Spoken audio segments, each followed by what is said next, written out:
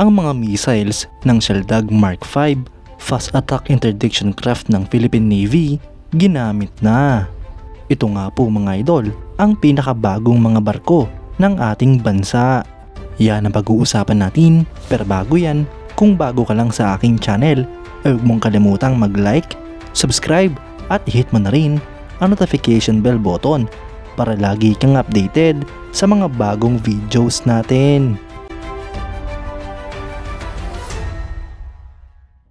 Ang Philippine Navy ay nag-conduct ng live fire testing ng mga bagong Spike NLAWS short-range anti-ship missiles noong April 10, 2024. Ito nga po ay parte ng kontrata sa pag-supply ng weapon systems para sa Acero class Fast Attack Interdiction Crafts mula sa Rafael Advanced Defense Systems. Ang Spike NLAWS missile ay nireport na may effective range na 30 kilometers. Ito nga po ay mas mahaba pa kumpara sa Spike ER missiles na ginagamit ng mga mas maliliit na MPAC Mark III assault crafts. Ang mga crafts nga pong ito mga idol ay ginagamit ng Philippine Navy's Littoral Combat Force. Ang proyektong ito mga idol ay parte ng Fast Attack Interdiction Craft Missile Lot 2 Combat Systems and Missile ng Philippine Navy. Ito nga po ay nasa second list ng Horizon 2 Phase project ng Revised Armed Forces of the Philippines Modernization Program.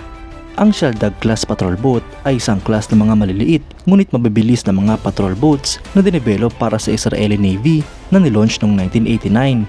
Simula nga po noon ay nagserbisyo na ito sa iba't ibang navy sa buong mundo. Ang disenyo nga po ng barkong ito ay para sa security task na may high intercept speed na required tulad ng interdiction sa terrorism at illegal smuggling.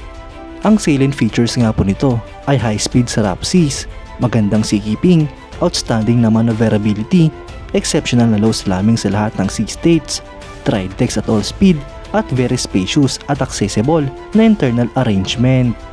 Ang Shaldag class mga idol ay kinonseptualize ng Israel shipyards bilang tugon sa request ng Israeli Navy para sa mga fast patrol boat na poprotekta sa Israeli waters kontra sa mga terrorist threats. Ito nga po mga idol ay may displacement ng 72 tons, may habang 24.8 meters, beam na 6.0 meters, draught na 1.2 meters, at propulsion na 2 MTU-12V 396TE engines at 2 steerable na Kemawa water jets. Ito naman nga po ay may maximum speed na 50 knots o nasa 93 km/h. May capacity nga po ito hanggang sa 6 tons at complement na 15.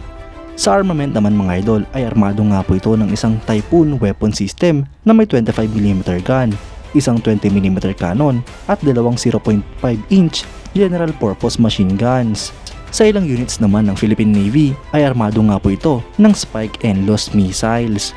Sa kasalukuyan, ang mga military operators nito ay ang Equatorial Guinea, Israel, Nigeria, Pilipinas, Senegal at Sri Lanka, habang law enforcement agency operator naman ang Argentina, Azerbaijan, Cyprus at Romania.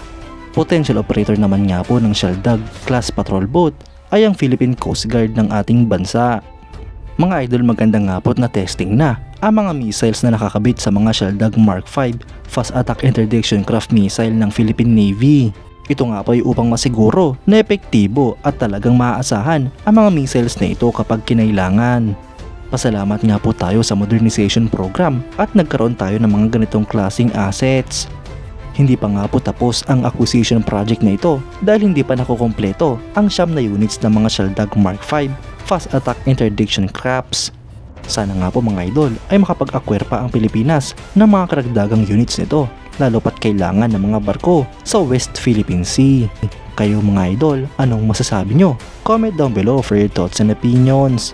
At yan nga lang po ang pag-uusapan natin ngayon mga idol. Maraming salamat sa panonood. Huwag nyo rin kalimutang mag-like at subscribe bilang suporta sa ating channel. Mabuhay kayo mga idol!